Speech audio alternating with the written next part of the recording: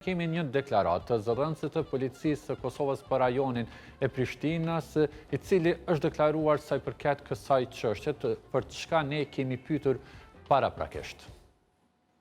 Drejtoria e Policisë së Kryeqytetit jo informon se deri më tani nuk ka planuar ndonjë ankesë apo informant nga qytetarët lidhur me çështjen për të cilën keni pyetur. Megjithatë, Policia e Kosovës mbetet e përkushtuar në ruajtjen e rendit dhe sigurisë publike dhe është gjithmonë e hapur për bashkëpunim me qytetarët. Çdo informacion që mund të ndihmojë në parandalimin apo ndriçimin e rasteve të ndryshme është i mirëseardhur dhe mund të raportohet përmes numrave zyrtar të policisë, në stacionet policore ose përmes kanaleve zyrtare të komunikimit.